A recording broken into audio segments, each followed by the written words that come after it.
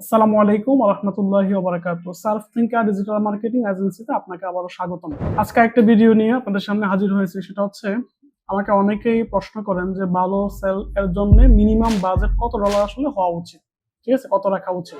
এটা আসলে অনেক কিছুর উপর নির্ভর করে, এটা ডিরেক্ট কোনো আনসার আসলে নাই। আমি এখানে লিখেছিও যে নো এক্সাক্ট আনসার, ঠিক আছে। এটা আসলে এক্সাক্ট কোনো আনসার দেওয়াটা আসলে কঠিন। এটা আসলে অনেক কিছুর উপর নির্ভর করে, আপনার নিশ কি, প্রোডাক্ট কি, কম্পিটিশন কেমন, আপনার ইউএসপি কি, ঠিক আছে, আপনার কন্টেন্ট কিরকম, অনেক অনেক বিষয়ের উপর আসলে নির্ভর করে।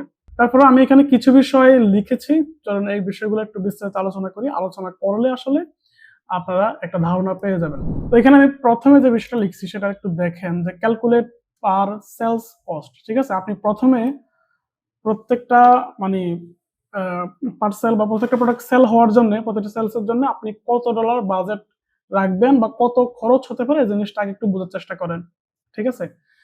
অনেক হাই রেঞ্জের প্রোডাক্ট হলে কস্টিংটা একটু বেশি হবে, যদি লো রেঞ্জের হয় তাহলে কস্টিংটা একটু কম হবে, ঠিক আছে। তাই কারণে আপনি এটা ক্যালকুলেট করেন যে ক্যালকুলেট পার সেলস কস্ট, আপনার প্রতিটা সেলের জন্য কস্টিংটা আসলে কেমন হবে এই জিনিসটা আপনি ক্যালকুলেট করার চেষ্টা করেন।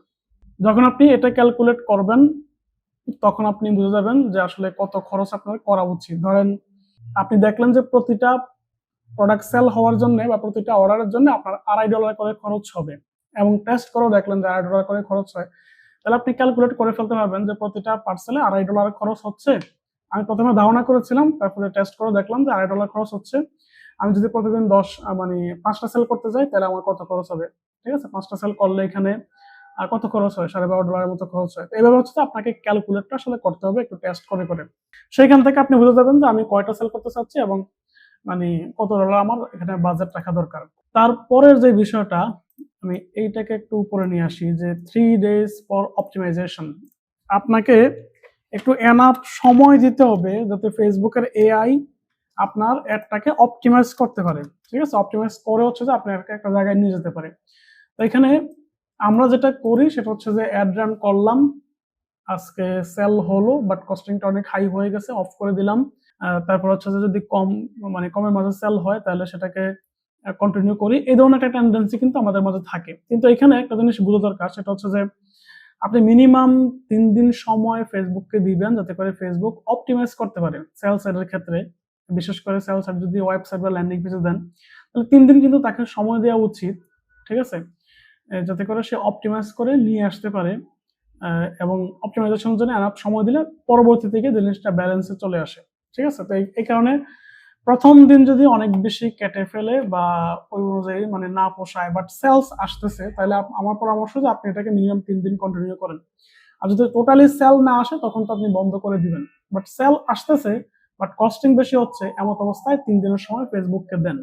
তারপর হচ্ছে যে 50 সেলস উইদিন ফার্স্ট 7 days, ঠিক আছে। আপনি যদি অ্যাওয়ারনেস ক্রিয়েট করে বা সুন্দর করে সবকিছু সাজিয়ে তারপরে সেলস অ্যাড রান করেন, অথবা ডিরেক্ট সেলস অ্যাড রান করলেন সামহাউ, ঠিক আছে, প্রাথমিক একটা টার্গেটিং করে আপনি মিনিমাম 7 দিন তো ফেসবুককে দিবেন।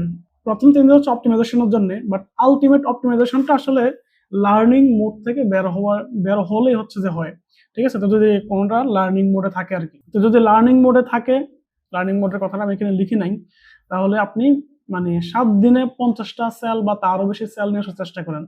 অনেক সময় হচ্ছে যে আমি 100 সেলও দেখি যে প্রথম 100 সেলে ফাইনালি যে কস্টিংটা হয় সেটা হচ্ছে যে মানে এই প্রোডাক্টটা সেল করার জন্য অ্যাভারেজ কস্টিং, ঠিক আছে। তো এইভাবে হচ্ছে যে জিনিসটাকে মানে ইয়ে করতে হয়। তাই আমি যেটা চেষ্টা করি যে লার্নিং মোড থেকে বের হওয়ার জন্য প্রথম 7 দিনে 50টা সেল নিয়ে আসা। তখন হচ্ছে যে ফেসবুক লার্নিং মোড থেকে বের হবে এবং এটা টার্গেট অডিয়েন্স কারা সেটাও ফেসবুক অনেক মানে বেটার ভাবে অপটিমাইজ করতে পারবে। কস্টিংটা আপনার তখন মিনিমাইজ হয়ে আসবে, ঠিক আছে। তো এইভাবে জিনিসটা ইয়ে করবেন, চেষ্টা করবেন প্রথম 7 দিনে 50টা সেল আনার জন্য, লার্নিং মোড থেকে বের হওয়ার জন্য, এবং বিশেষ করে 50 না, আপনি 100 সেল পর্যন্ত দেখতে পারেন। তারপর হচ্ছে যে সেলস টার্গেট, আপনি একটু আপনার সেলস টার্গেটটাকে নির্ধারণ করেন যাতে করে ফানেল নিয়ে খুব সুন্দর করে কাজ করতে পারেন। আমি নিচে ফানেলের কথা লিখেছি, ঠিক আছে। তো সেলস টার্গেট আর ফানেল দুটা বিষয় একসাথে করেই বলি। আপনার ধরেন সেলস টার্গেট হচ্ছে উদাহরণস্বরূপ আগামী 4 মাসে 10,000, ঠিক আছে। আগামী 4 মাসে আপনি 10,000 ফিস প্রোডাক্ট হচ্ছে সেল করবেন, 10,000 অর্ডার আনতে চান, তাহলে ডেডলাইনটাও ফিক্সড হয়ে গেল 4 মাস মানে 120 দিন। তারপর আপনি জিনিসটাকে এভাবে ক্যালকুলেট করে নিতে পারবেন যে আমি ফানেলের কোন স্টেজে মানে কত ডলার খরচ করব, কতগুলো অডিয়েন্স আনবো, তারপর তাদেরকে কোন স্টেজে রিটার্গেট করে ভ্যালু দিব এবং ফাইনালি সেলস এড রান করব। ঠিক আছে, এভাবে সবগুলো স্টেজ মিলিয়ে হচ্ছে যে আপনি কস্টিংটা কত আসতেছে এইভাবে জিনিসগুলোকে সাজানোর চেষ্টা করবেন। আর এমনিতে যদি তারপরে আপনি সাদামাটা ভাবে বলেন যে ভাই আমাকে একটা অ্যামাউন্ট বলে দেন যেটা আমি বসেই হচ্ছে যে সেলস একটা রান করব, ঠিক আছে, অনেকে নাসার বান্দা, তাহলে আমি বলবো যে মিনিমাম আপনি $4 দেন। মিনিমাম যদি $4 দেন, মানে সেখান থেকে হচ্ছে যে ফেসবুক সেটাকে মোটামুটি অপটিমাইজ করে নিয়ে আসতে পারবে। ঠিক আছে, এর বাইরে $1 $2 দিয়ে আসলে খুব ভালো রেজাল্ট কিন্তু আপনি বেশিরভাগ ক্ষেত্রে পাবেন না। ঠিক আছে, তো যদি আপনার প্রোডাক্টটা 700-800 থেকে শুরু করে 1000-1200 টাকা রেঞ্জের হয়, ঠিক আছে, আপনি মিনিমাম $4 দিয়ে টেস্ট করেন যে সেল হয় কিনা, না হলে পরবর্তীতে আরো বাজেট কমিয়ে বাড়িয়ে বা অন্যান্য যদি কোনো সমস্যা থাকে সেগুলোকে অপটিমাইজ করে কাজ করতে পারবেন। তো হোপফুলি পুরো বিষয়টা বুঝতে পেরেছেন। যদি ভিডিওটা ভালো লেগে থাকে তাহলে একটা লাইক দিয়ে দিবেন, কোনো প্রশ্ন থাকলে কমেন্ট করবেন, আমি সময় পেলে ডেফিনেটলি আনসার দেওয়ার চেষ্টা করব। যদি আমার চ্যানেল নতুন হয়ে থাকেন তাহলে চ্যানেলটিকে সাবস্ক্রাইব করে রাখবেন, যাতে করে ভবিষ্যতে কোনো ভিডিও পাবলিশ হলে সাথে সাথে আপনি নোটিফিকেশন পেয়ে যান। ধন্যবাদ, ভালো থাকবেন, আসসালামু আলাইকুম।